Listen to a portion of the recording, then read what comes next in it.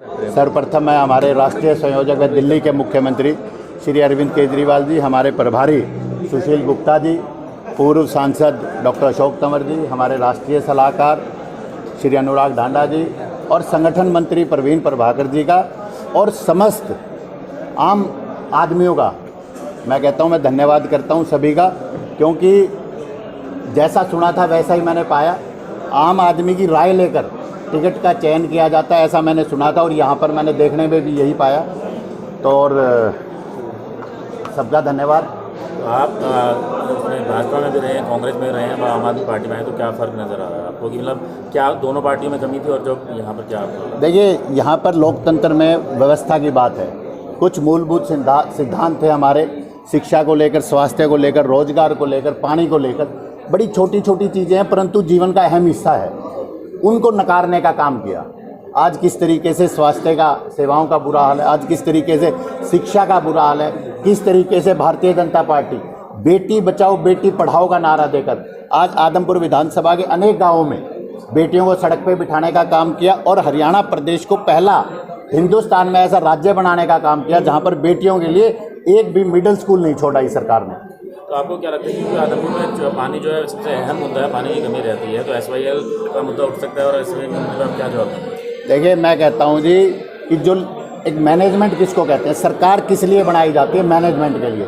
और मैनेजमेंट का पहला उसूल है कि अवेलेबल रिसोर्सेज का बेस्ट मैनेजमेंट जो होगा वो होगा। हरियाणा प्रदेश के पास जो पानी है उस पानी का, अब आदमपुर विधानसभा में देखिए, कुछ गाँव ऐसे हैं जो सेम की समस्या से ग्रस्त हैं और कुछ गांव ऐसे जहां पीने का पानी नहीं है। मैं कहता हूं कि मैनेजमेंट में ये सरकार फेल है। मैनेजमेंट को बेहतर बनाने का काम पिछले 8 सालों में होना चाहिए था और 3 सालों से अलग अलग पार्टी के और संगठन के और सरकार के प्लेटफॉर्म पे मैंने ये बात रखने का प्रयास किया कि इस व्यवस्था को ठीक किया जाए, केवल और केवल चंद और चुनिंदा लोगों को लेकर पार्टी और सरकार को ना चलाया जाए। SYL का अधिकार क्या भूल जाए?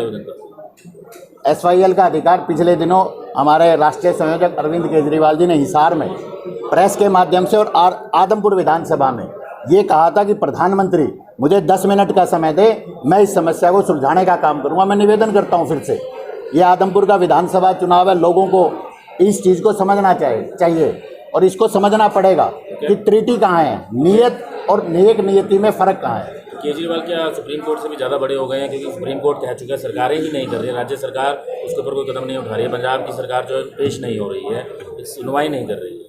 देखिए संयम जी, पंजाब का जो मामला है वो पंजाब देखेगा, हरियाणा का जो मामला है, और सबसे बड़ी बात है, आप कह सकते हैं कि सर्वोच्च न्यायालय की आप बात करते हैं, परंतु लोकतंत्र में लोग सबसे मजबूत होते हैं और क्रियान्वयन का जो काम है वो केंद्र सरकार की जिम्मेवारी है।